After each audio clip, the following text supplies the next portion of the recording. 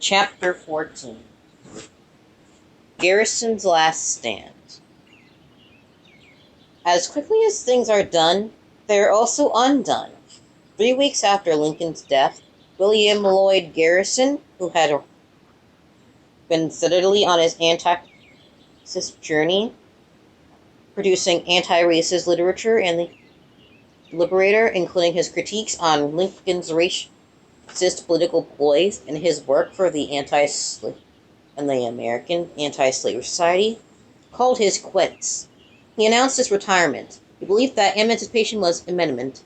His job as abolitionist was done, but his team as followers refused to stop their work, and instead shift their focus to black voting. A focus that leaned toward immediate equality, and while Garrison was trying to blow out gracefully, Lincoln's successor was forcefully breaking in, and breaking down what had been for black people a breakthrough. His name was Andrew Johnson, and he basically reversed a lot of Lincoln's promises, including Confederate states to bar blacks from voting and making sure their emancipation was upheld only if blacks didn't break laws. Social codes used to stop black people from living freely were created. They would quickly evolve into Jim Crow laws, which were laws that legalized racial segregation. No need for the loopholes anymore. All this was under President Johnson's watch. He emboldened the Ku Klux Klan, allowing them to wreck black lives with no consequences and enshrine those racist codes and laws. Turns out, freedom in America was like quicksand. It looked solid until a black person tried to stand on it. Then it became clear that it was a sinkhole. Anti-racists were fighting against all of these things. Some people, like Pennsylvania Congressman Stevens, even fought for the redistribution of land and to award former slaves 40 acres to work for themselves.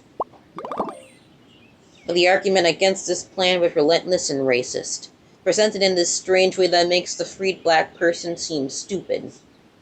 How will they know how to care for the land if it's just given to them? Really? And guess who was quiet? William Lloyd Garrison, having suffered 2 bad falls in 1866 that physically sidelined him. He chose not to engage in the political struggle against racial discrimination, but he still looked on, watching the racist low box being erected at every turn, and the political and physical violence worked on the bones of black liberation. Yes, Garrison had looked on, his ideas about racial equality still evolving. After all, it had been his genius, whether he knew it or not, that had transferred abolitionism from a messy political stance, like Jefferson, a simple moral stance. Slavery was evil, and those racists justifying or ignoring slavery were evil, and those racists justifying or ignoring slavery were evil, and it is the moral duty of the United States to eliminate the end of slavery. Boom.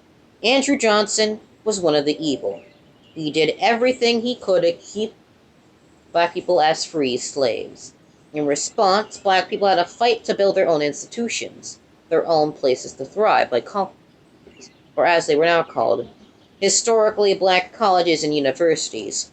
From there came the black male politician, and eventually on February 3rd, 1870, the 15th Amendment was made official.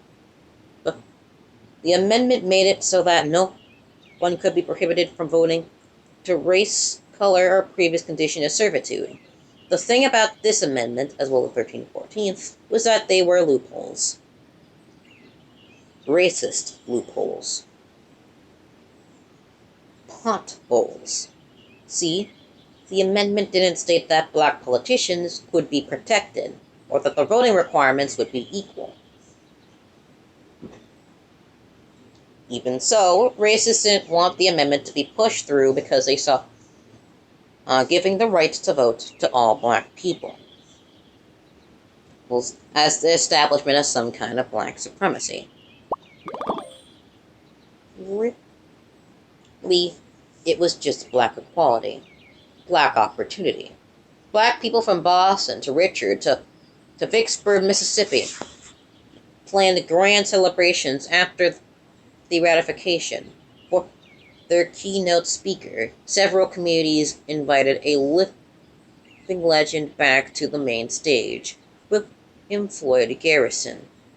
The 15th Amendment was a big deal. But here's the thing about big deals. If people aren't careful, they can be tricked into believing a big deal is a done deal.